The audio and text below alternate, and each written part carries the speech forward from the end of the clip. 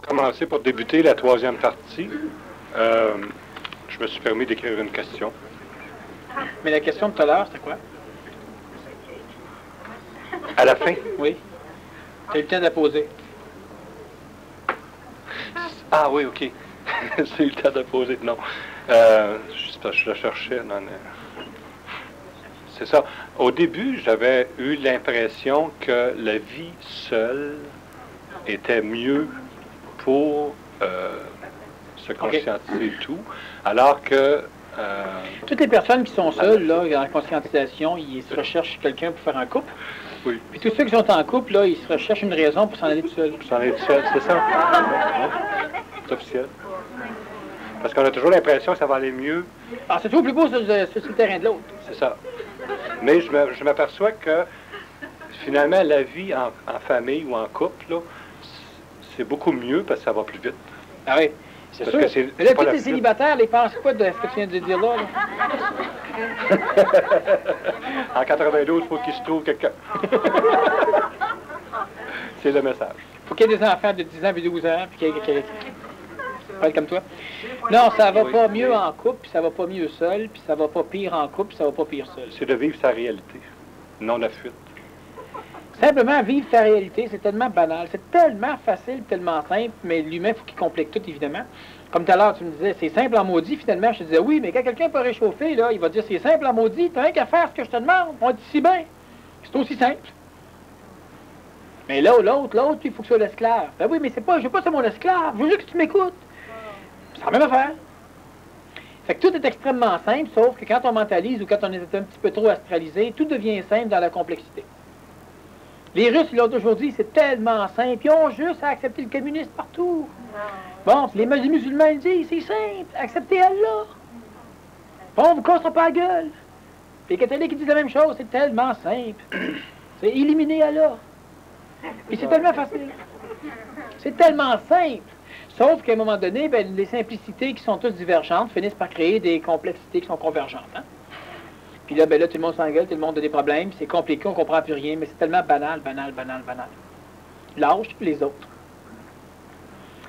Alors, être en couple, est-ce que c'est plus facile? Être seul, est-ce que non, ça n'a rien à voir. Ça dépend uniquement de ce que tu es.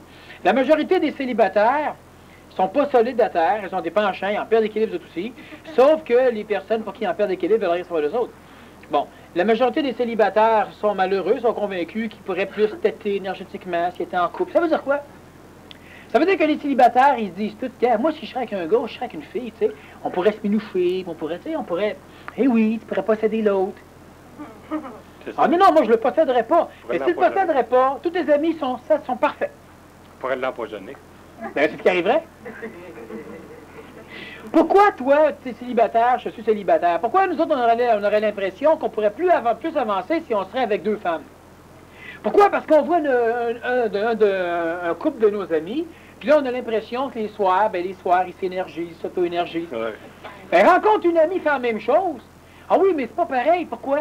Parce que si elle décide de s'en aller, tu ne pourras pas lui imposer de rester. Parce que l'autre, elle te fait des petits plats parce qu'elle se sent obligée, parce qu'elle est la femme de notre chambre, puis l'autre, elle le fera pas. Parce que pourquoi on aimerait plus vivre en couple? C'est pour aller chercher ce que l'amitié ne nous donne pas. Et qu'est-ce que l'amitié ne nous donne pas? Toutes les merdes et les problèmes du couple. La possession. Parce que tu vas dire, oui, mais gars, si en couple, ben, on couche ensemble, ben tes deux amis, ils peuvent coucher ensemble pareil. Ah, mais ça se fait pas. C'est quoi le problème? Tu en couches un là, tu fais l'autre à côté. Ça se fait. Non, mais les soirs, moi, j'aimerais ça, être assis, écouter la télévision, puis t'entendre pas passer la vaisselle, ou t'entendre faire quelque chose. J'aimerais ça. Non, mais tu sais, j'aimerais ça, simplement qu'il y ait quelqu'un dans la maison. Ben oui, c'est ça, oui, c'est ça. Il y en a qui on appelle ça la zoothérapie. Ça. Là, on voit quelqu'un dans la maison qui bouge un peu, qu'on voit passer, tu sais. C'est la zoothérapie. Ah oui, tu peux acheter un chien, tu l'entends bouger, il vient te flatter quand tu veux, tu l'appelles, tu la manges, tu peux t'occuper de lui, tu l'empoisonnes pas, lui, parce qu'il aime ça, lui, il a besoin de ça. Lui, tu décides quand tu le sors, lui, il décide où tu vas, surtout l'hiver, c'est traîner, c'est puissant. Mais c'est de la zoothérapie. Fait qu'avoir quelqu'un dans la maison, avoir un homme, avoir une femme qui vient s'asseoir à côté, qui tasse un peu le sofa, puis là, il faut qu'on s'en redresse un peu, tu sais, c'est assis. Puis qui te couche dans ton lit, puis là, il faut que tu le pousses un petit peu, puis là, il vient se coller, puis bon. qui chiale, pas aller dehors, puis c'est ça. Tu fais ton épicerie, puis là, tu penses à ton chien, ou à ton mari, ou à ta femme, ou à ton chat, tu achètes des bébelles, tout ça. C'est de la zoothérapie. Bon, mais c'est ça. Quelqu'un qui est célibataire, qui pense qu'on est mieux en couple, ben, il devrait s'acheter un pitou. D'ailleurs, c'est le terme, c'est pitou, mon pitou, ma colombe, en tout cas. C'est de la zoothérapie. Alors non, en couple ou seul, ça dépend de comment tu es. C'est ça.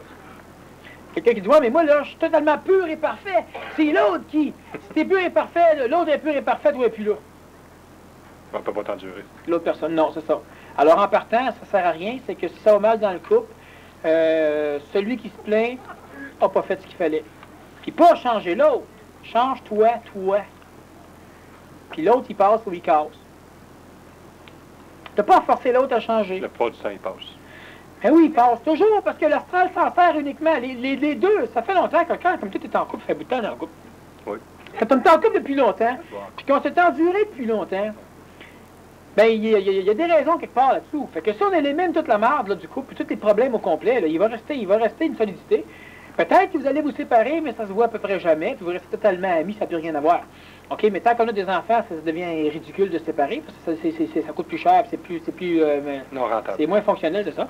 Et énergétiquement, comme pour un paquet de raisons. Pas au niveau du bien, là, au niveau simplement de l'esthétisme et de l'intelligence. Bon, sans ça, à un moment donné, quand normalement il y en a un qui décide de se prendre en main, pas de prendre l'autre en main. Moi, me prendre en main, c'est pas de décider qu'on passe l'aspirateur les mercredis. Pas ça me prendre en main. C'est de décider que moi, je le passe le mercredi, OK. Mais là, l'autre, elle passe pas, ou elle passe aux 2 semaines, ou elle passe jamais, ou elle passe le vendredi, ou elle passe le lundi. C'est son affaire. OK, c'est bien important. On ne peut pas exiger de l'autre qui embarque dans nos structures. Par contre, on doit imposer à l'autre qu'il ne puisse plus nous forcer à embarquer dans ses structures. Si lui, il s'accapare bien d'une maison qui est tout crottée, ben, écoute, reste plus avec. Ou reste avec, puis toi, fais le ménage, tu aimes ça une maison propre. Oui, mais il harcèle tout, c'est normal. Lui, il vit bien là-dedans. Ah oui, mais ça peut pas marcher comme ça. T'as raison, séparez-vous. Ah, il y a d'autres choses à faire. T'as raison, fermez vos gueules. Pas des chicanes partent avec un tube de pâte à dents. Tout le temps. Il laisse le tube de pâte à dents ouvert. Achète-toi le tien, puis laisse le sien. Oh, mais il prend le mien. Mais prends-y, là, puis écrase d'en face, remplis-y le trou de nez. Bon, puis qu'il ne prenne plus le tien. Oui, mais là, tu le forces pas à fermer son tube. Ouais. Là, tu l'empêches de venir prendre le tien. Il est nuant. Puis il n'y aura plus de chicane avec le tube de pâte à dents. Ouais. Il pourra une raison de moins de s'empoisonner. Il va parler du nez, mais... Il va être plus Tout blanc. est tellement facile. Mais c'est pas ça. On est vicieux, hein, les humains. À un moment donné, on va acheter, par exemple, le mobilier de salon. Pour pouvoir dire à l'autre de ne pas mettre ses souliers là, de ne pas s'asseoir comme ça, de faire attention au dossier, À un moment donné, on va acheter la vaisselle. Pour pouvoir dire à l'autre que s'il casse une affaire à un moment donné pour en faire un drame. Mais toi, quand tu casses ta vaisselle, c'est pas grave, c'est de la vieille vaisselle. Les maudits dangers. Ouais. T'achètes un manteau à c'est la personne que t'aimes, puis elle ne met pas souvent. Elle devrait, me semble, s'y boire, c'est au prix que ça a coûté. On est des maudits vicieux. Moi, j'ai connu quelqu'un qui avait acheté un beau tapis dans le salon, puis il voulait pas que les enfants y aillent. Mais c'est ça. Ah oui. C'est ridicule. C'est ridicule, mais c'est ça. L'humain est vicieux. L'humain, là, il se poignarde sans arrêt. Lui-même puis autrui, parce qu'on est totalement manipulé. Puis la grande structure manipulatrice, c'est d'empoisonner la vie de tout le monde au complet. On s'empoisonne mutuellement, fait qu'on se vieillit puis on se tue. On se sent malade, on se déteste, on fait les guerres, juste à cause de ça. On est toujours en train de se mêler des maudits plans de vie des autres. Puis on laisse les autres se mêler des nôtres à cause qu'on veut bien. C'est moi, il faut bien que je t'autorise, est-ce que tu me manipules un peu parce que je veux te manipuler. Mais quand je peux te manipuler puis tu continues en arrière, on va avoir autant mal. Si je cesse de t'empoisonner, j'ai pas tout réglé, il faut plus que tu m'empoisonnes. Mais là, il ne faut pas que je te le demande. Il faut que ça cesse. Oui, il faut que ça cesse. C'est la même chose, tu vas n'importe où, c'est la même affaire. Puis c'est pas de ne pas se faire manipuler. Se faire empoisonner, c'est totalement différent. Quelqu'un arrive, un policier, vous donne une contravention, ça va rouler trop vite. Alors lui, s'il pense qu'il va me manipuler, il manipule déjà, de toute façon, là, bon. Ça n'a rien à voir. Empoisonner la vie de quelqu'un, c'est pas de venir frustrer vos petits égaux. C'est quand on se fait, c'est que simplement quand tout ce que tu es en train de bâtir chez toi, vous savez, je veux que vous soyez des êtres capables de prendre des décisions. Compris? Ça le fait. Elle a dit, bon, va lève. Non, assis. Bon. J'ai faim, pas de suite. Là c'était un cours sur comment prendre des décisions. Bon. Est-ce que je peux poser une question? Non. Mais là, si, bois, il ne prendra jamais de décision. Tu bords tout. C'est ce qu'on fait à l'école. À l'école, on veut que l'enfant, il finisse par se prendre en main. On lui dit quand arriver, quand manger, quand sortir, quand il y a récréation, quand il faut aller aux toilettes, qu'est-ce qu'il faut qu'il apprenne. On dit tout. Il faut qu'il apprenne à se prendre en main. Il apprendre ça. Où? Quand? Avec la discipline. Ben oui. Surtout. Au cégep. Au cégep, il apprendra à se prendre en main. Il a passé 10 ans, 11 ans de sa vie à se faire taper dedans, à tout se faire organiser. Puis au cégep, on dit pouf, oh putain, t'as 18 ans, bon. Fait que les échecs qui sont tous là. C'est la même affaire. On ne peut pas, on est vicieux, mais vicieux, c'est une vraie farce. Alors, on doit absolument se centrer sur soi, plus centrer sur autrui. Puis on doit tout faire pour ne plus embarquer sur le dos. Donc, dans le plan de vie de personne, ni tes enfants, ni ton mari, ni ta femme, ni tes parents, ni etc. Personne. Puis là, je reviens encore là-dessus.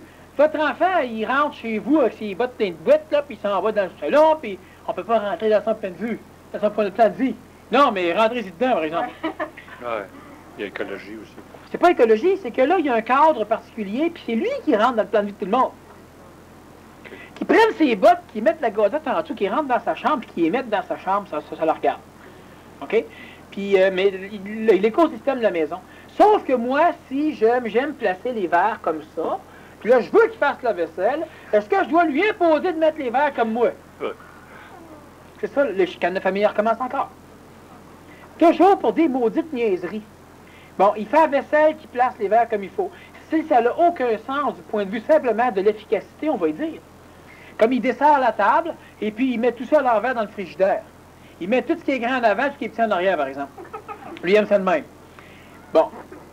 Après ça, quand il fouille dans le frigidaire, il laisse la porte ouverte 5 minutes, 10 minutes, parce qu'il a le temps qu'il cherche. Et bon, là, on gaspille. Là, ce n'est pas écologique. Simplement. Là, il faut l'intelligencer. Mais on ne peut pas lui dire ce qu'il doit vivre émotivement. Parce que ça me dérange.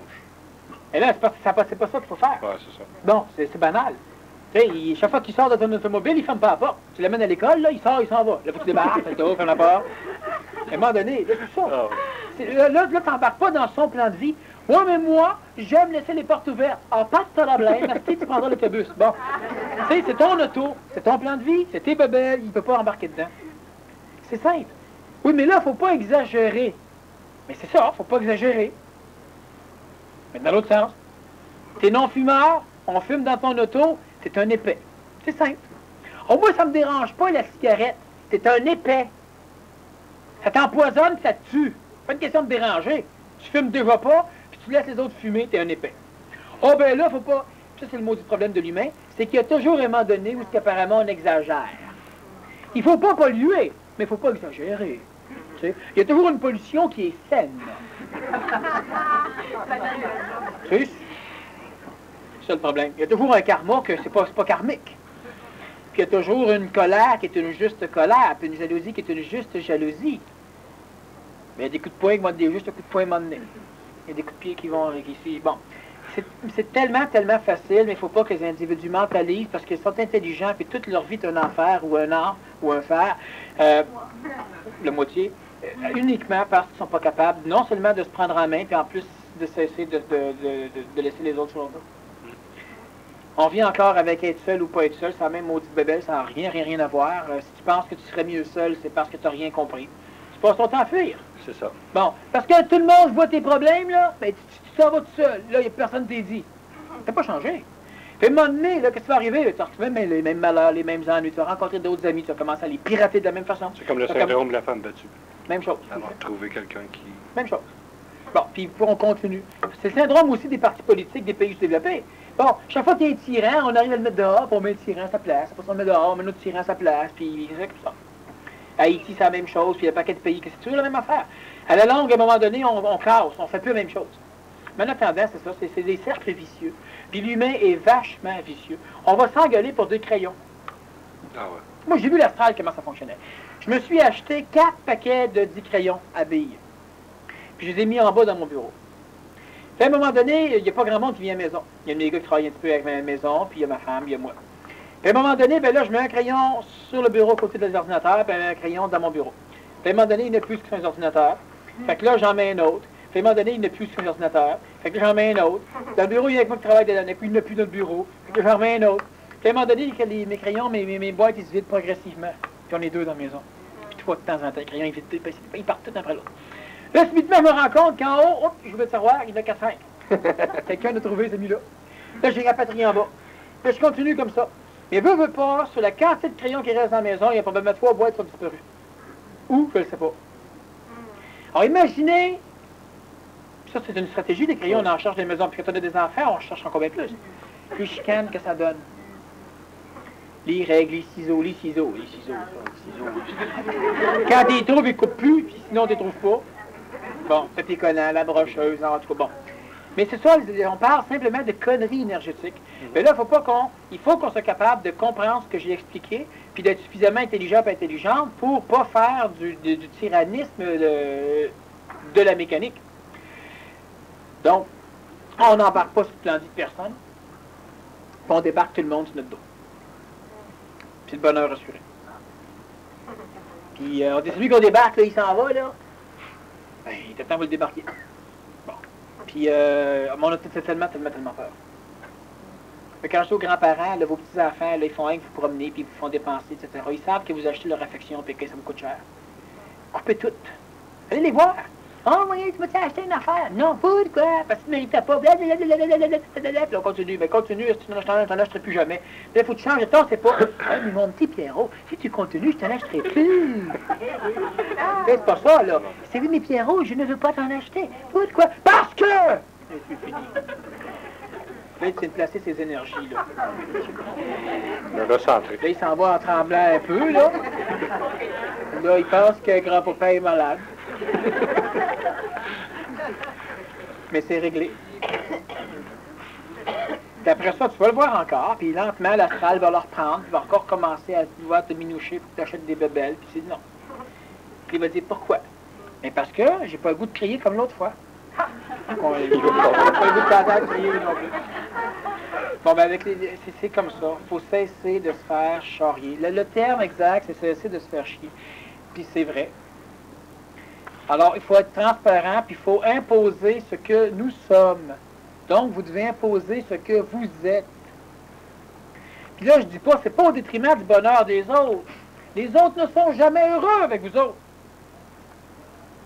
Bon, hein, à un moment donné, on parle encore des fêtes, vous y allez, ils sont tous heureux, c'est merveilleux. Ben oui, mais l'année prochaine, ça va recommencer.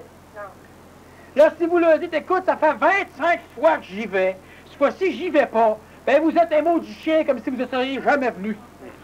C'est pire. Fait qu'à un moment donné, il faut leur expliquer puis les placer. Là, ils vont dire, je l'ai invité, mais tu sais comment qui est, on ne sait pas s'il va venir. Mais il n'y a plus personne qui vous haït. On vous trouve original, on vous trouve un peu schnick-schnick, mais c'est réglé. Là, quand vous arrivez, on est 2 fois plus content de vous voir arriver que toute la gang qui se présente sans s'arrêter de la même façon, puis qu'on a hâte de voir partir. Puis quand vous partez, ben, ils vont essayer un petit peu, mais là, ils vont se dire, l'année prochaine, si on veut qu'ils reviennent, là, vous allez vous en aller. Et oui, mais on va apprécier votre présence. On ne se ramasse pas tout seul, sauf qu'on mène notre vie. On cesse de se faire mener notre vie par l'extérieur. On ne prend pas la majorité de toute notre vie à essayer de s'ajuster au débonheur des autres. On a une opinion. Tu as une opinion de toi. Ça. Je suis fatigué. Ah ben oui, oh non! Si. Comme dit. Je suis fatigué. Je suis fatigué. Mais fatigué. Dis-moi ce que tu voudras, je suis fatigué quand même. J'ai faim, pas une heure pour avoir faim. Brillant, brillant. C'est pas une heure pour avoir faim. Ah, ben ok, j'ai plus faim. Mais c'est ça. Au début, c'est toujours d'aller briser un peu les humains. C'est d'aller, tu sais, briser un peu les humains, c'est de placer les choses.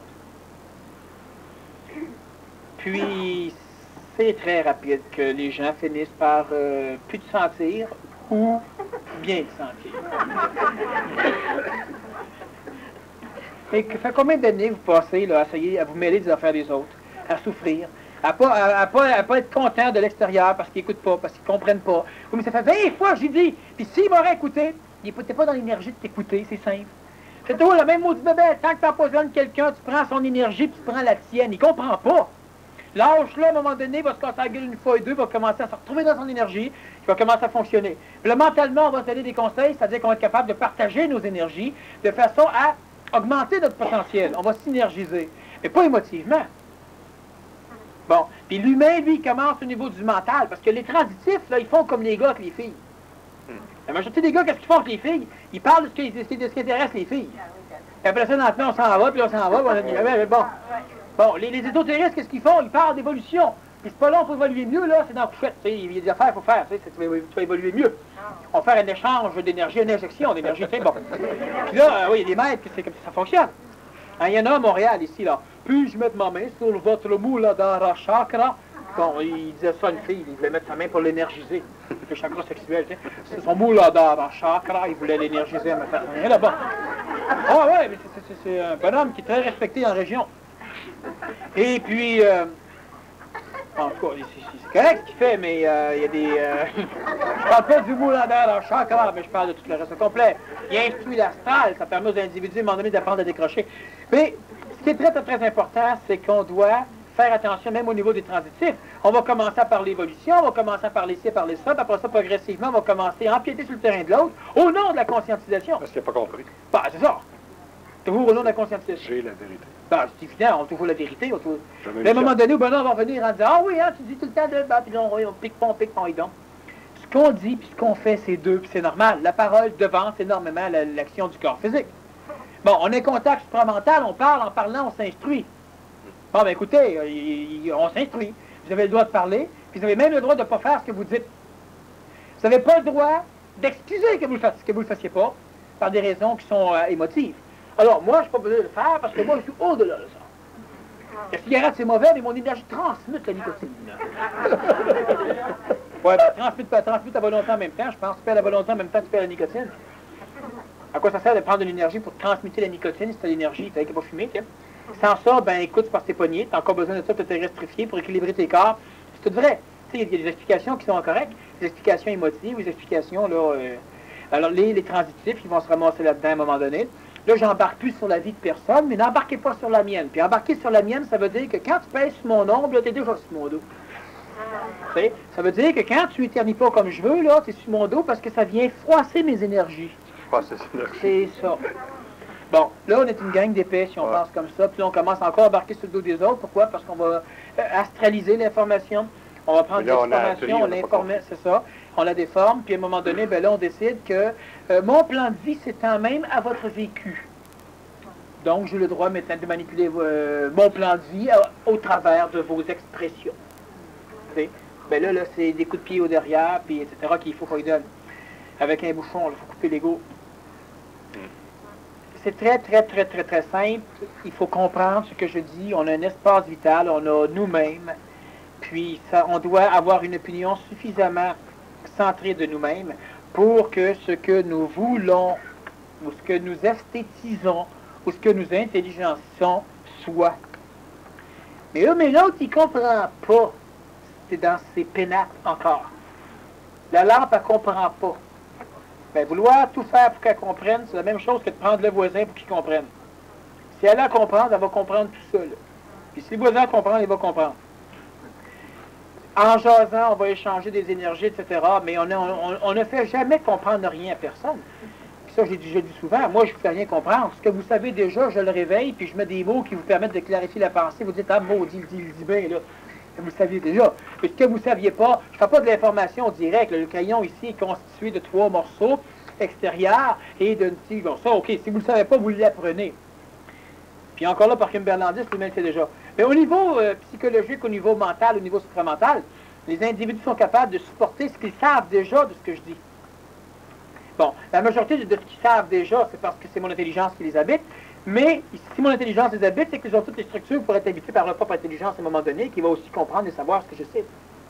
Ce qui fait qu'on n'apprend rien à personne. Donc, ça ne sert à rien de crier. Ben, crier, ça peut servir à crier pour placer les canaux énergétiques, mais ça ne sert à rien de se missionner ou de vouloir constamment des patates ou des pattes de l'autre pour arriver à le manipuler. Il faut relaxer. Oui, surtout. Bon. Moi, j'ai ma question. Vas-y. OK.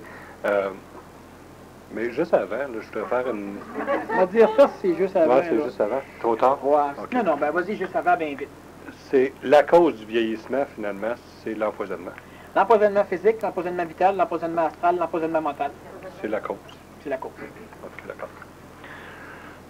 Moi, je voudrais savoir, une des questions qui m'habite là, depuis un bout de temps, c'est qu'est-ce qui s'est passé au niveau ésotérique? Qu'est-ce qui s'est passé pour que le monde reparte à zéro, à l'année zéro? C'est pas nécessairement parce que quelqu'un s'est ramassé sur une croix. Non, non, non, non. C'est quoi la... C'est une très, très bonne question. C'est une très, très longue réponse. On va passer. Mais c'est très intéressant. Il faudra que tu la gardes. Prochaine conférence, Non, là, on ça pourrait me commencer hante. avec ça.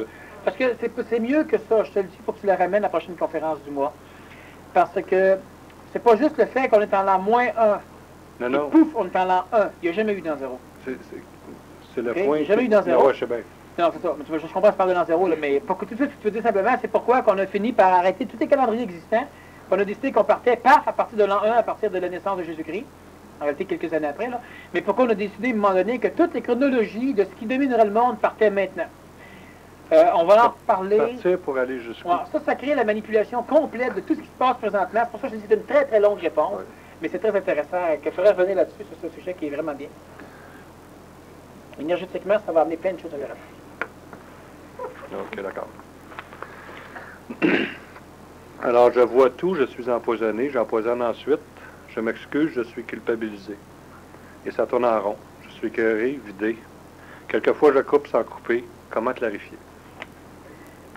Voilà. La meilleure chose pour clarifier, c'est d'écouter les deux premières parties de conférence. Je comprends, vous les avez écoutées, vous les avez entendues. Cette conférence-là, c'est une conférence de chevet, cette personne-là. Parce qu'elle doit reprogrammer l'ego. Elle n'est pas folle, elle est intelligente, sauf en dedans, il y a un paquet d'affaires toutes mélangées, des morceaux d'ego qui ont été fractionnés à un moment donné, qui sont portés de bonne place, etc. Plus il y a des possessions du passé, des culpabilités à cause de certaines choses. Parce que cette personne-là réincarne de très grandes personnes du passé qui, historiquement parlant, ne sont pas nécessairement de bonnes personnes. Historiquement parlant. Et pas en réalité. Bon.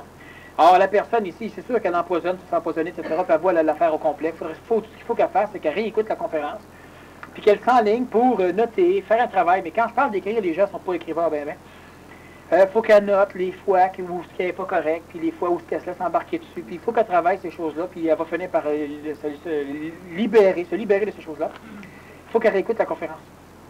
Il y a de l'énergie au niveau de la conférence, plus de l'information qui va finir par placer ces choses chez elle. C'est c'est une conférence chevet, les deux premières parties. N'est-il pas méritoire de faire des exercices énergisants pour pouvoir se fabriquer une masse énergétique et enfin ne plus être ou de moins en moins assujetti au monde méritoire? Non. Pourquoi? Parce que la personne n'a pas compris ce que c'est que méritoire. Méritoire, ça veut dire qu'on fait quelque chose dans le but de s'autoriser à. Alors, manger pour avoir un corps en santé, c'est pas méritoire.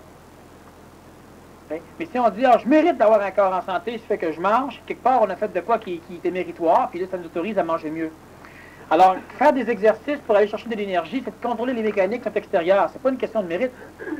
Mais si on dit, quand j'aurais fait ça, on méritait d'avoir telle affaire, là, c'est méritoire. On le fait, mais on le fait méritoirement. Alors, faire de la course, se tenir en forme, c'est pas méritoire.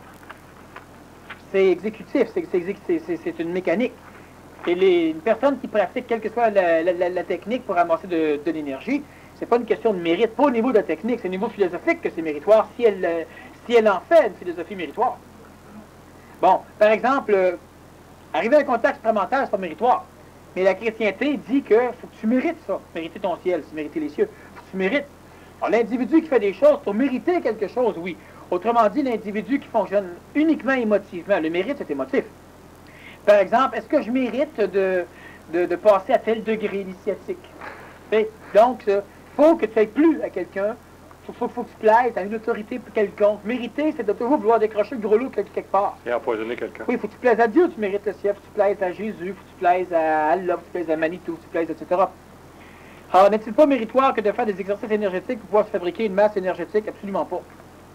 Ça peut être méritoire, dépendamment comment l'individu le fait. Si l'individu se dit qu'elle se mortifie à faire des exercices énergétiques, parce que quand elle va en avoir fait suffisamment, elle va avoir telle chose, c'est méritoire. C'est comme par exemple, vous avez mal à la jambe gauche, vous montez les marches gératoires à genoux pour vous guérir, probablement que rendu en haut, vous n'aurez plus mal à la jambe gauche.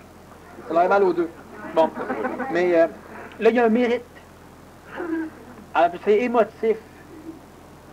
Je dois m'humilier en réalité, suffisamment pour que Dieu devienne... autrement dit, il faut que je cœur assez Dieu dans ma souffrance pour qu'il me guérisse, pour la paix. Bon, c'est ce qui se passe.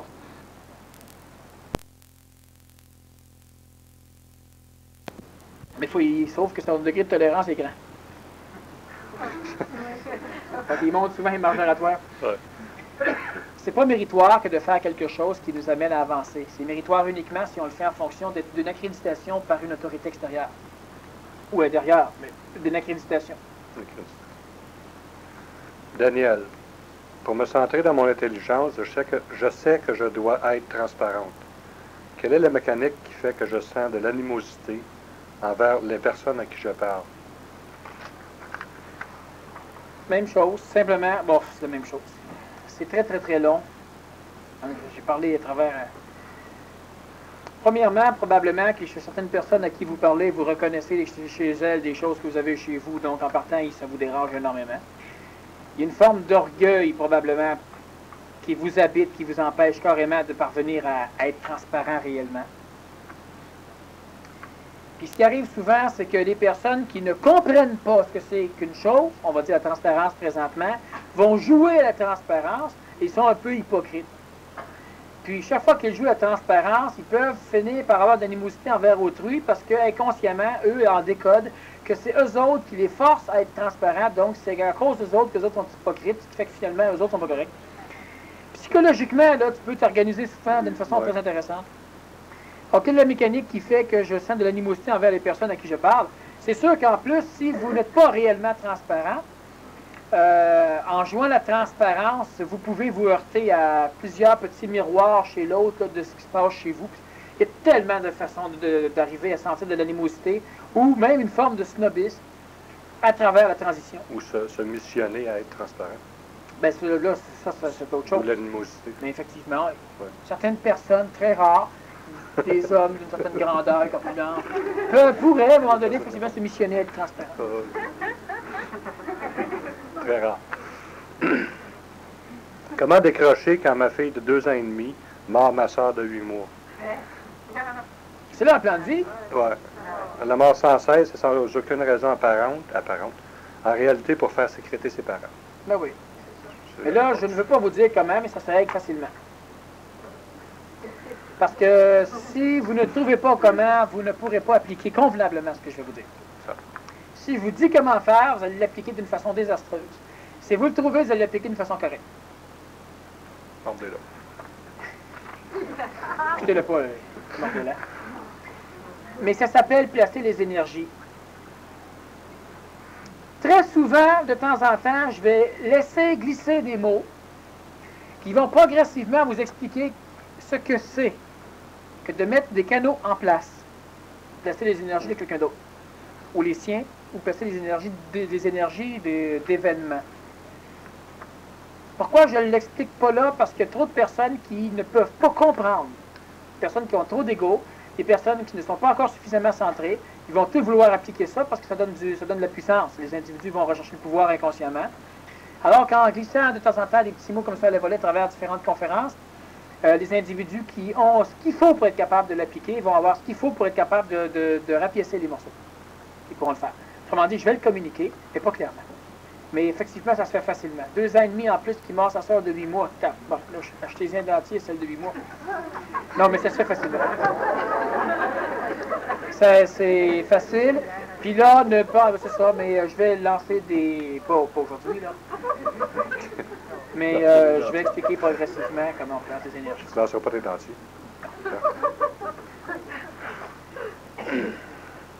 La semaine dernière, j'ai fumé du hache. Je lis, là, c'est pas moi. J'ai demandé si c'était drogué. Il a dit, moi, j'ai jamais pris d'opium. Du hache. J'ai fumé du hache. J'ai eu l'impression de conscientiser les plans invisibles. C'est évident? C'était du bon. C'est évident? Ça sert à ça, le hache. La révélation que j'ai eue, c'est que ce n'est pas mon corps qui deviendra éthérique, mais les plans éthériques qui deviendront matériels sans baisser pourtant en vibration. C'est exact. C'est exact. Pose-moi ça maintenant. C'est totalement exact parce que la personne, elle a simplement compris ce que j'ai expliqué souvent en conférence, donc elle n'a pas eu de révélation à travers son H. Mais j'ai expliqué, ici, là, la semaine dernière, j'ai fumé du H et j'ai eu l'impression de conscientiser les plans invisibles. Effectivement, vous avez eu l'impression, puis c'est vrai que vous avez eu l'impression. Je répète encore une fois que quelqu'un qui prend de la drogue montre exactement, dépendamment des drogues, dépendamment des corps, mais la majorité se ramasse avec leur conscience dans l'ère nouvelle. Ils se ramassent là où l'humain est beau, là où l'humain est transparent, là où l'humain, etc. Puis là, il tripe, c'est au bout. Mais rappelez-vous ce que je dis. On est dans un vaisseau spatial, puis la personne, elle se ramasse dans le hublot dehors. Puis elle voit ce qui se passe en dedans avec sa drogue. OK? Fait que là, elle peut dire, hey, j'ai tout vu. Oui, mais tu ne seras jamais à bord du vaisseau. Pour rentrer dans le vaisseau, c'est pas avec la drogue, c'est avec la cellularisation de la conscientisation. Alors, la drogue, ça vous permet d'aller voir. Puis une fois que vous avez vu, c'est mieux que rien. J'ai tout vu, c'était au bout, au bout, au bout. Alors, descends à bord après ça, puis explique à ton ego, mon petit, t'as vu, t'as bien aimé ça, maintenant, il ne retourne plus, OK? On va prendre un chemin qui est beaucoup plus long, puis l'ego ne voudra pas. Fait que là, on se ramasse avec une dépendance psychologique, puis évidemment, progressivement, on finit par avoir une dépendance physique, parce que le corps physique se nourrit aussi de ce qu'il va voir là-bas. Puis quand tu reviens, le bad trip, là, le mauvais voyage, quand tu reviens, c'est la différence de potentiel entre ce que tu as été et ce que tu vas retrouver. Tu redescends plus bas parce que la drogue détruit le corps physique, progressivement, mais veut pas. Et quand tu redescends, bien là, évidemment, c'est compliqué en maudit. Fait que tu n'as qu'une seule idée, à un moment donné, c'est de retourner en haut là. Alors que si tu te conscientises, tu laisses le temps aller, tu vas finir par te ramasser à la même place. Évidemment, il n'y aura pas de différence de potentiel. Vous êtes dans le vaisseau, vous ne tripez pas autant que quand vous avez vu le vaisseau de la première fois. Il n'y a pas de différence de potentiel. Donc, tu vas dire, il me semble que c'était plus trippant que ça quand j'étais drogué. Je connais des personnes qui sont rendues à un état de conscience très, très, très élevé. Et puis, à un moment donné, eux autres aussi ont pris un peu de drogue. Puis, ils se sont rendus compte qu'ils étaient tout croche, puis qu'ils ne voyaient rien de plus. Non, la drogue amène là. Mais tu es déjà là, pas de drogue. Fait que c'était pas plus trippant. Il y a de la misère à marcher, puis la misère à parler. Mais il n'y avait rien de différent.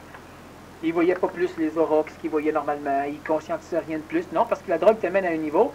La drogue ne t'amène pas à un niveau supérieur, elle t'amène à un niveau. Si t'es en haut, elle te descend, si t'es en bas, elle te monte, c'est égal, elle te laisse là. Alors l'individu, c'est pour ça que la drogue, comme l'alcool, c'est extrêmement dangereux, parce que ça t'amène souvent à un degré de vie qui ressemble énormément à ce que les êtres conscients vivent ou vont vivre, mais tu n'es pas là-dedans. Par exemple, tu es pogné, tu prends de l'alcool, puis là on est moins pogné, puis on peut rire un peu plus, puis on se décontracte, puis on se dit des choses. Ouais. Puis quand tu commences à aller un peu loin, le cerveau commence à être imbibé un peu trop, là, tu commences à déconner. L'alcool te permettait de te sentir mieux.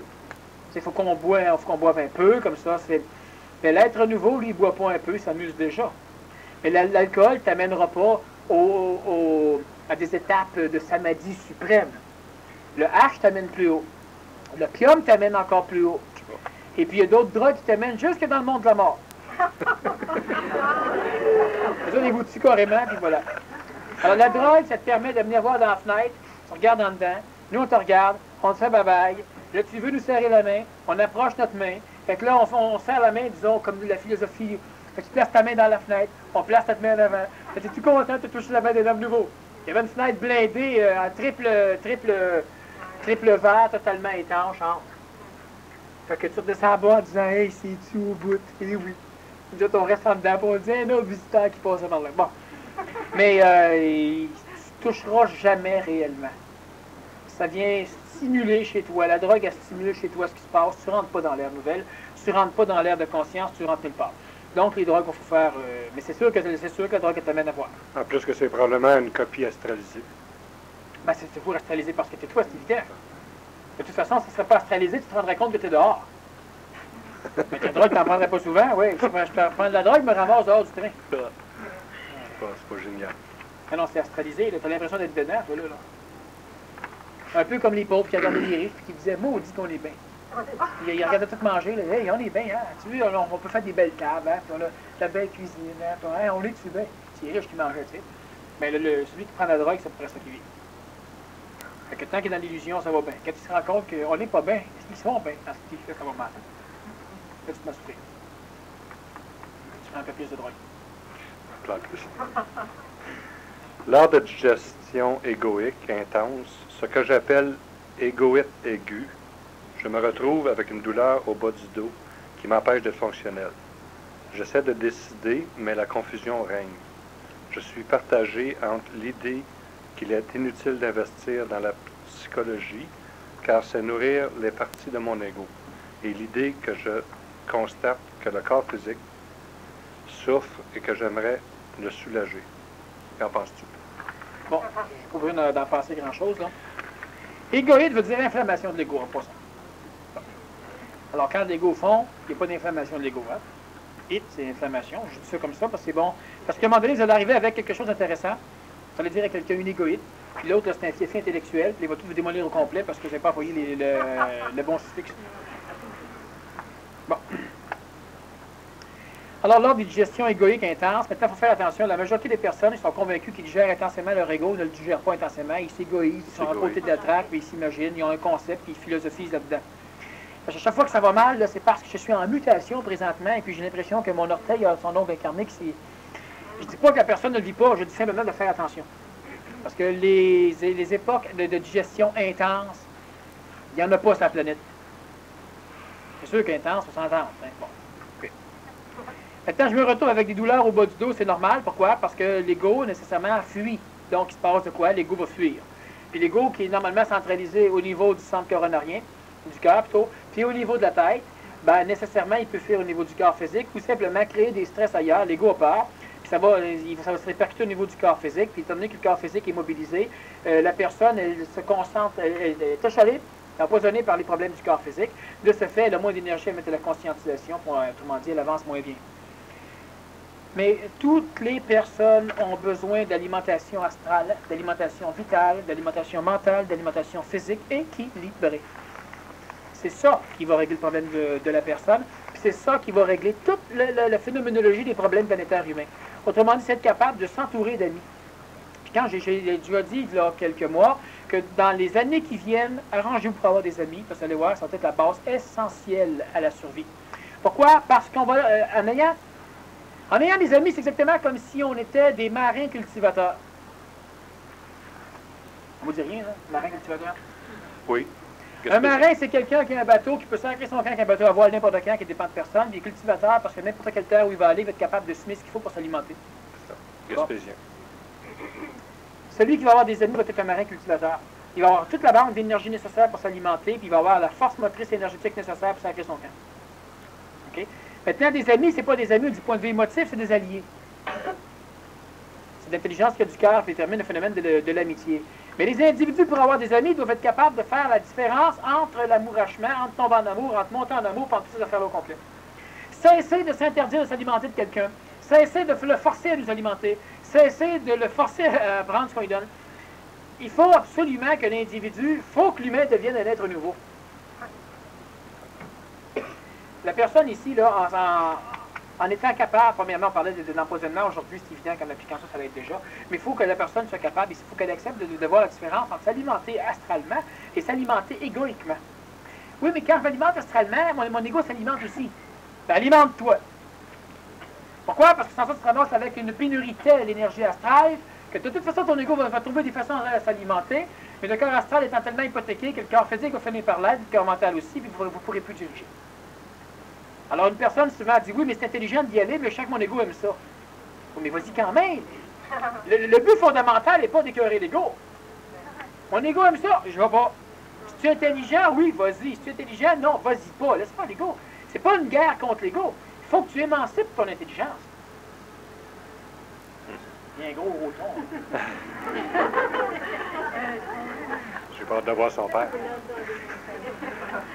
Si les humains supratransportés empruntent un couloir spatio-temporel et qu'ils empruntent l'espace-temps de ce couloir, ne risque-t-il pas de rester pris dans ce couloir? Et si pour les humains, le transport est instantané et qu'on se retrouve ici, puis là-bas, sans décalage du couloir? Je comprends pas. Non, mais c'est ça, c'est une question qu'il ne faut pas la comprendre. Non, je comprends. Bon, premièrement, il n'y a pas de couloir spatio-temporel, puis il n'y a pas d'humain qui pourra transporter. Et maintenant, on n'emprunte pas quand on est un être supramental. On n'emprunte jamais rien, on le prend. Bon, on prend. On n'emprunte pas, on ne remet pas à sa place. Mais le sens de sa question, c'est de savoir s'il va être ici et là-bas en même temps. Non, le sens de la question, c'est pour s'amuser. Mais le sens de la question, simplement, c'est que, premièrement, on ne reste pas pris dans absolument rien. On est pris présentement dans le temps. Oui, c'est ça. Et on n'a pas le temps de tout expliquer la mécanique. Il y a plusieurs éléments intéressants à fouiller là-dedans, mais il faut qu'on place les choses à leur place. Sauf qu'il n'y a pas d'humain supra-transporté. L'intelligence supramentale ne transporte pas, puis supra veut dire au-delà. Donc, on ne peut pas être au-delà d'être transporté. Au niveau supra-transporté, je parlais des suffixes, c'est un préfixe qui n'est pas à sa place. Maintenant, un couloir spatio-temporel, absolument pas, c'est pas nécessaire non plus.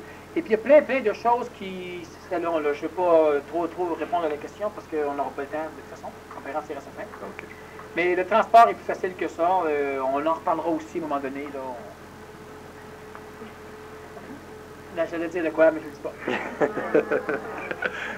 Alors, il y en a une ici, c'est une question pour les couples. L'espoir que tout finira par s'arranger après 15 ans. Il n'y a rien de pire. Parce qu'il n'y a rien de pire. L'espoir, là, c'est la mort de l'humain. Ah, je sais. L'espoir, c'est la pire des farces. Tes fenêtres de tout sont ouvertes, il se met à pleuvoir, t'espères qu'il ne pleuvra pas dedans, fait qu'il laisse ouvert, parce que si c'est inscrit, tu ne pourras pas espérer, tu irais fermer. Puis le lendemain, il faut t'essuyer tout au complet, parce qu'il n'y a plus dedans. Hein? L'espoir, il n'y a rien de pire. Espérez pas que ça va s'arranger, ça ne s'arrangera jamais avec l'espoir. Ça peut s'arranger, ça peut ne pas s'arranger, l'espoir n'a rien à voir là-dedans. Je continue. Ouais. Est-il aussi une manipulation? Ben oui! Pas moi l'espoir. Hein? Alors qu'il s'agissait au départ de deux personnes qui n'ont pas vécu ensemble. Ils peuvent ne pas vivre ensemble, mais s'ils sont rencontrés, il y a un minimum, une chose qui est importante de toute façon. N'importe quel humain va t'amener de l'énergie que tu auras besoin. La seule chose qu'il y a, c'est qu'il faut que tu comprennes bien qu'elle ne peut pas t'amener de tout. Donc, il faudra de toute façon que tu ailles bouquiner ailleurs. Ou que tu n'as pas nécessairement la faim pour l'énergie qu'elle amène. Ça peut être une chose aussi, tu peux avoir trop faim par rapport à ce qu'elle t'amène. Mais il n'y a pas d'humains les humains qui se connaissent présentement sont faits pour vivre ensemble. Tout est fait pour vivre avec tout le monde ici, au complet. Tu vas te dire, oh voilà, une têteuse là-bas, une têteuse là-bas, puis ici, puis ça. Oui, OK, parce que tu n'es pas fait encore pour vivre avec ce que les autres révèlent tes problèmes. Oui. Ça, on comprend. Mais prends n'importe qui ici, puis est esthétique et intelligent. Il y en a-tu là-dedans que tu ne peux pas vivre avec? Bon, non. La femme ou le mari qu'on rencontre après 15 ans de problèmes, etc., ça se peut qu'on ne puisse plus vivre ensemble. C'est pas une question d'être fait pour vivre ensemble ou de ne pas être fait pour vivre ensemble. Puis l'espoir, il n'y a rien de pire. L'espoir, c'est une nourriture astrale, c'est-à-dire qu'on vous donne juste ce qu'il faut un petit peu, vous commencez à espérer, donc vous cessez de douter. Donc là, on continue à vous travailler en masse. Puis quand ça lâche un peu, hop, on en donne un petit peu, vous espérez, donc on continue à vous travailler. L'espoir, ça ne sert à rien. La personne, ce qu'elle a à faire, probablement, ça se peut qu'il faut qu'elle vive plus qu'une personne. Puis ça se peut que c'est mieux qu'elle reste avec cette personne-là parce qu'il va s'en ramasser une pire ailleurs. Ce qui est important simplement, c'est de parvenir à se centrer sur soi, à avoir une opinion stable de ce que nous sommes, puis de s'arranger pour que personne n'embarque dans notre plan de vie. Puis c'est pas une question d'idée de couple. L'égrégore de couple est à bannir, pas le couple. Ça fait empoisonneur. Oui, mais c'est l'égrégore qui est problématique. Ouais. C'est comme, oui, mais c'est pas l'individu qu'on doit éliminer, c'est l'astral dans l'individu. Bon. Alors, l'égrégore de couple, les couples, ils sont corrects. Cette personne-là, si tu t'entendais bien avec elle, voulez-vous rester avec? Oui, ben c'est ça. C'est la merde qu'on veut clairer. C'est sûr qu'à un moment donné, si tu n'as pas la puissance, et j'expliquais bien, si on n'a pas la puissance pour clairer ce qui nuit, c'est peut-être mieux d'éliminer l'affaire au complet. Si on n'a pas la puissance. Maintenant, c'est pas une question. Si tu le fais tout de suite en me disant, ben crime, c'est vrai, ça a de la lutte, tu claires tout ça. Oui, mais tu vas rencontrer un autre pareil, parce que tout a appris à éclairer le problème, mais pas à éclairer la source du problème. Donc, tu auras toujours des problèmes partout où tu vas aller. Quel que soit le pays ou quelle que soit la vie, tu n'auras rien changé. Alors, il faut, dans le couple, le problème, c'est l'égrégore de couple. Ben, l'égrégore de couple, c'est un égrégore qui fait qu'on s'empoisonne mutuellement pour se limiter mutuellement. Il n'y a pas un assemblage de couples dans n'importe quelle religion, nation ou dans n'importe quel temps historique qui n'a pas été bâti sur l'idée de l'automanipulation limitatrice. Il n'y en a pas. Quand on est en couple, c'est pour se faire chier. Ça ne fait rien d'autre. Bon. Il n'y a aucun égrégore libre du couple sur la planète. Il faut le néotyper, il faut engendrer un nouvel égrégore. Les autres ont tous des archétypes de vieilles formes. Il n'y a aucun égrégore de couple, nulle part. C'est toujours tu dois respect ton mari, ou tu dois obéissance, ou t'es pogné le restant de tes jours. Il n'y a aucun, rien. Quel que soit le temps, la nation actuelle ou la religion. Même les nouvelles religions, il n'y a pas d'égrégore de couple qui respecte l'humain à l'intérieur du couple. On respecte le couple. pas l'humain. S'il y avait le respect, il n'y aurait pas de religion. Ben, c'est évident. Bon, la famille, c'est important. Ah, la famille qui est importante, bout de plug, c'est l'humain qui est dans la famille. La famille est importante. Mais non. Ils se détestent tous, mais ils restent ensemble. La famille, c'est la force motrice. Ben, c'est sûr, ça fait des couches. C'est la force motrice de l'économie. Ouais. Mais on vénère la famille, on vénère le couple, au détriment toujours de l'humain. Alors, c'est pas une question de couple. Quand on est en couple, là, c'est l'égrégore qui doit partir. Les humains sont corrects. C'est l'égrégore. Je répète toujours, ta femme, elle a des amis. Oh, une femme, elle est capable d'avoir des amis. C'est celle avec que je crois. Bon, puis il aime bien, eux autres. Oui. Elle est respectable. Elle est correcte. Oui. Tu as des amis. Oui. Tu aimes bien ces amis-là. Tu es respectable. Tu es correct. Elle, est-ce qu'elle s'engueule souvent avec ses amis? Non. Tu t'engueules souvent avec tes amis? Pourquoi vous engueulez souvent ensemble? On s'engueule pas. Mais non, je comprends, vous vous engueulez pas. Mais tu comprends l'idée que je veux dire? Oui. On en arrive. Alors, le gros bout du problème, c'est ça. C'est que tout est correct, elle est correcte. Ensemble, l'égrégore fait que tout va mal. Mais là, oui, mais là, moi, je vais lâcher, moi, le lâcher. Non, tu n'es pas avec l'égrégore. Tu en rencontrer un autre dans 2-3 ans. Ça va rien changer. L'égrégore, là, doit éclater. La plupart du temps, ensemble, c'est-à-dire on a un double qui se crée. Eh oui. Comme, à un moment donné, tu vas voir, par exemple, toi, tu arrives devant ta femme. Ben non, moi, je parle à ta femme, puis je dis, ah oui, c'est mon employé, puis il est vraiment correct, il est assidu, il est ci et ça. Là, elle va me dire, ah, assidu, lui? Ah, lui, c'est un hypocrite, lui. C'est un maudit menteur. Là, il fait ça juste pour vous acheter. C'est un maudit hypocrite. Ah. Pourquoi il dit ça? Parce que chaque fois qu'elle te voit, tu n'es jamais assidu. Il faut comprendre que sa femme, c'est pas la réalité, là, mais que sa femme, ce qu'elle fait, c'est qu'elle le force à ne pas être assidu. Pour y tomber sur la... Alors, quand il travaille avec moi, il est tellement bien qu'il l'est. Alors, elle va dire, ah non, c'est un hostie d'hypocrite. En plus, il cache bien son jeu. Non, c'est parce que avec... Bon, on regarde avec les enfants, c'est la même chose. Il y a des jeunes, là, que c'est des pestes pour certains profs. Mais avec d'autres professeurs, ça va bien. Fait qu'est-ce qu'ils se disent? Celui qui a des problèmes avec, c'est parce qu'il veut t'acheter, c'est un hypocrite, il est intelligent, puis c'est un maudit, je le sais. Non, ensemble, elle le force à devenir, je parlais de mensongène, on a colérigène. On est des êtres humains qui allons forcer les autres à mentir, les autres à être en colère, les autres à être hypocrites, des hypocrisogènes. Vous tenez tout ça, là? Bon. Alors qu'en réalité, non, c'est l'égrégore du couple. Quand nos enfants sont toujours bien élevés chez les voisins, puis ils sont toujours mal élevés chez nous, puis on devrait toujours éduquer les enfants des autres, c'est tellement plus facile. Oui. On force les gens à changer. Alors ça, c'est extrêmement important à comprendre au niveau de l'affaire du couple. On n'a pas besoin de faire éclater le fait des deux ou de faire éclater l'autre. L'égrégore du couple, on doit le néotyper par quelque chose d'autre. Crime, tu ne restes pas avec quelqu'un pour finir ta vie. C'est ce qu'ils disent. Ensemble jusqu'à la mort. Pour passer le temps. Puis ça meurt vite. On les enterre dans 10-20 ans.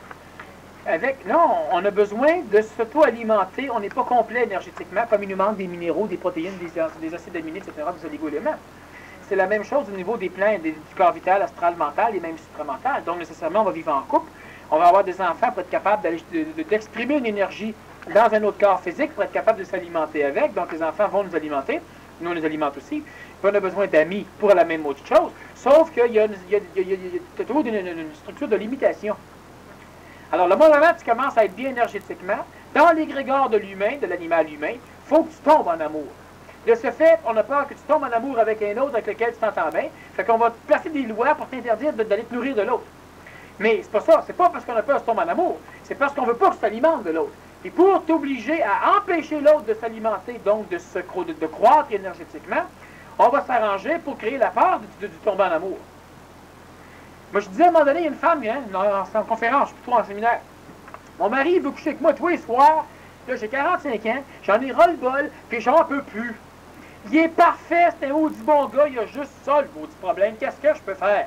Et je lui ai dit à la dame, je lui ai dit, présentez-lui une autre femme. Et ça va, tiens, tout réglé. Le bonhomme, il va l'aimer pareil. Ceux qui vont voir des prostituées, là, ils aiment le femme, mais à un moment donné, ils respectent assez qu'ils préfèrent coucher avec un autre parce qu'ils sont pognés endocrinalement. Puis là, la femme, elle comprend plus l'idée. Les femmes qui ont des maîtresses, des maîtres, là, puis les bonhommes qui ont des maîtresses. Pourquoi ils disent maîtresse, hein? Elle dirige, c'est sûr, mais en tout cas, ceux qui ont des concubins ou concubines. Mais la majorité, là, le père, mettons, c'est un bonhomme, il couche avec une femme dans un secrétaire, avec un maître. Il a ses enfants puis sa femme. Probablement qu'il les aime énormément. C'est peut-être un merveilleux père de famille, peut-être un merveilleux mari, jusqu'au jour où la femme va savoir qu'il couche avec un autre. Mais ça dérange pas qu'il couche avec un autre. Lui, là, il est mal pris, il est pogné, là, il allait passer sa gourde ailleurs. Puis quand il revenait, il était correct. C'était le bonheur. Alors, ça se fait pas. C'est pas correct. Mon bonhomme, il faut qu'il souffle dans la maison, puis il faut qu'un instant. C'est anormal. Tout ce qu'il faut pour empêcher l'humain d'être bien. Tout ce qu'il faut pour empêcher l'humain d'être bien. Là, je ne dis pas qu'on couche avec n'importe qui. Ce que j'explique simplement, c'est que les lois ont été implantées uniquement. Les maladies vénériennes, c'est des maladies karmiques. Ça date de bien longtemps. Puis ces maladies-là sont aussi implantées dans le but de limiter l'humain. Il y a tellement de choses. Ils ont fait des études, les religieux et les psychologues. C'est à peu près les deux grandes plaies au niveau de la conscientisation. C'est des solutions planétaires. Au niveau du déséquilibre, alors c'est sûr que spirituellement, l'être humain va déséquilibrer ici, il arrive ceci, il arrive cela, il arrive cela, il est tout. À l'instant où la psychologie a pris la relève de l'Église, l'Église est toujours là, mais ceux qui ne peuvent plus marcher avec l'Église ont marché avec la psychologie. L'ésotérisme aussi, c'est une grande plaie. Bon, c'est les 7 plaies du monde. Mais quand on parle de plaies, c'est intéressant, ça conscientise l'humain.